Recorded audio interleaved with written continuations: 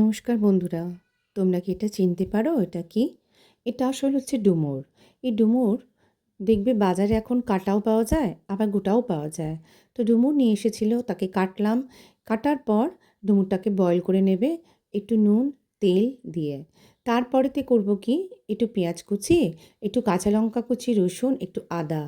এবার কড়ার মধ্যে তেল দিয়েছিলাম, তেলের মধ্যে দিয়েছিলাম মশলাটা, পেস্টটা ঢেলে দিলাম। তারপরে একটু হলুদ দিলাম, তারপরে দিলাম যেটা গোবিন্দভোগ চাল। গোবিন্দভোগ একটু চাল নেবে, নিয়ে এর মধ্যে দিয়ে দেবে। দিয়ে একটু আদা দেবে, দিয়ে তারপর জল ঢেলে দেবে। দেওয়ার পর করবে নাড়াচাড়া। নাড়াচাড়া করার পর আস্তে আস্তে দেখবে চালগুলোও সেদ্ধ হতে থাকবে।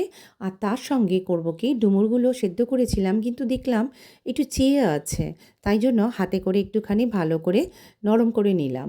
দেওয়ার পর এটাকে ঢেলে দেব। দেওয়ার পর একটু সামান্য নুন দেব, একটু মিষ্টি দেব।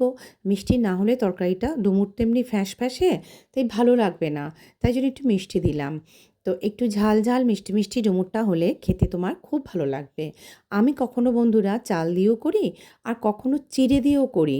তোমরা দুটোতেই করে দেখো, একই প্রসেসে দারুণ হয়। আর লাস্টে যেটা না দিলে নয়, একটু গরম মশলা আর একটু ঘি, তাতে স্বাদটা আরও বেড়ে যায়। তো দেখো আমার কেমন ডুমুরটা হয়েছে।